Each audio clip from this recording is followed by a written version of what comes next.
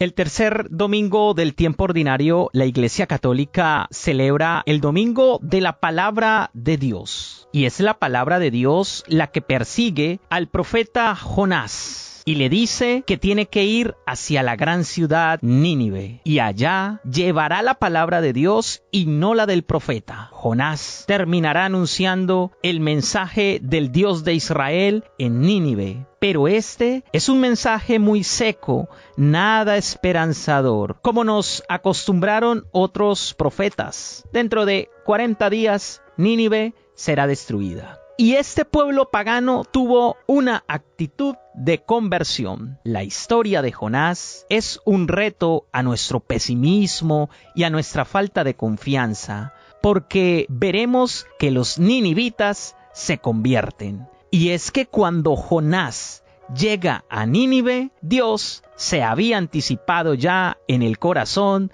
de los ninivitas. En esta dominica, como en la anterior, se caracteriza por dos relatos vocacionales, de los cuales surgen con particular fuerza la invitación a la conversión personal y la llamada a la conversión a todos los hombres. La realidad más visible en las lecturas de hoy está en el arrepentimiento. Jonás predica en la ciudad pagana por excelencia, Nínive. Cristo predica en Galilea.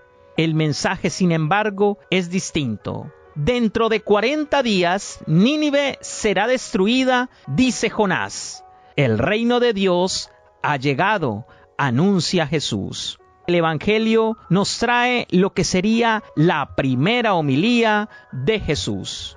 En el nombre del Padre, y del Hijo, y del Espíritu Santo. Amén. Meditemos hoy el Evangelio de San Marcos en el capítulo 1, versos 14 a 20. Después que Juan fue entregado, se dirigió Jesús a Galilea y empezó a predicar el Evangelio de Dios. Decía: el plazo se ha cumplido, ya llega el reinado de Dios, vuelvan a él y crean en el Evangelio. Y caminando por la orilla del lago de Galilea, vio a Simón y a su hermano Andrés, que estaban echando la atarraya en el lago, pues eran pescadores. Entonces les dijo Jesús: síganme y haré que sean pescadores de hombres. Ellos inmediatamente dejaron sus redes y lo siguieron. Un poco más adelante vio a Santiago, hijo de Zebedeo, y a su hermano Juan, que estaban en la barca remendando las redes, y enseguida los llamó. Ellos dejaron a su padre Zebedeo en la barca con los jornaleros y lo siguieron. Palabra del Señor. Gloria a ti, Señor Jesús.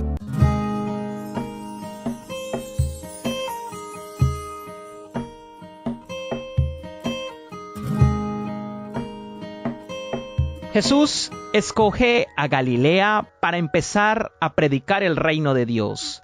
Galilea es una ciudad despreciada por la gente de Jerusalén, porque es la sede del poder político y religioso. Cuando Jesús dice: el tiempo se ha cumplido, el reino de Dios está cerca, esas dos afirmaciones revelan la presencia de Dios y el cumplimiento de su obra. Después dirá: convertíos y creed en el Evangelio.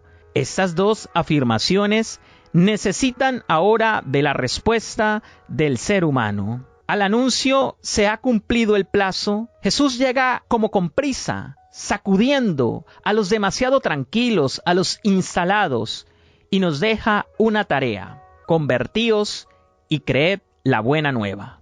El Concilio Vaticano II dice: Cristo, en cumplimiento de la voluntad del Padre, inauguró en la tierra el reino de los cielos, porque en otro momento el mismo Jesús afirmará que el reino de Dios está en medio de nosotros. Ya no podemos pensar en el Dios que se ha reservado el cielo y ha dado a los hombres la tierra, como leemos en el Antiguo Testamento, sino verlo en medio de nosotros, actuando a través de las personas y los acontecimientos. A esa nueva etapa de la historia, de las relaciones de Dios con la humanidad, se llama Reino de Dios. En suma, el reino de Dios se lleva a cabo en una nueva sociedad o una nueva comunidad de discípulos, en la que se exigen dos condiciones: la renuncia a la injusticia, es decir, la conversión, y la plena aceptación del Evangelio, que es la fe. Ahora bien,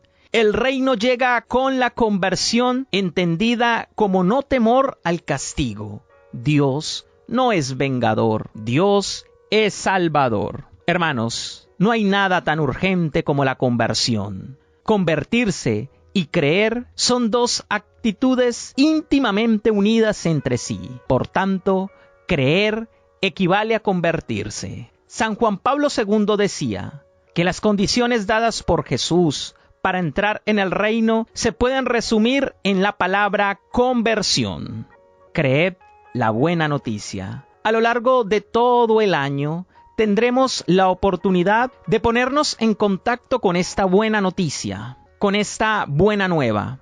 Hay algo bello en el contenido del mensaje de nuestro Señor, y es que no es una profecía amenazadora, sino una buena noticia, que Dios nos ama inmensamente. En este domingo no podemos escuchar la palabra de Dios solo como una instrucción, sino que tenemos que dejarnos sacudir por ella, como los primeros 4 discípulos que están en las orillas del mar de Galilea, que recibieron la llamada del Señor y dieron una respuesta inmediata. Refiriéndose a Simón y a su hermano Andrés, dice: dejando las redes, le siguieron.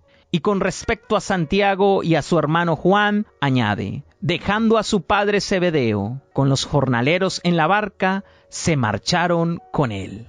En esta dominica, el Señor pasa por nuestro lado, tal como lo hizo con los primeros 4 discípulos de hoy. Y recordemos la frase de San Agustín: tengo miedo de que el Señor pase y no lo reconozca. La bendición de Dios Todopoderoso, Padre, Hijo y Espíritu Santo, descienda sobre cada uno de ustedes.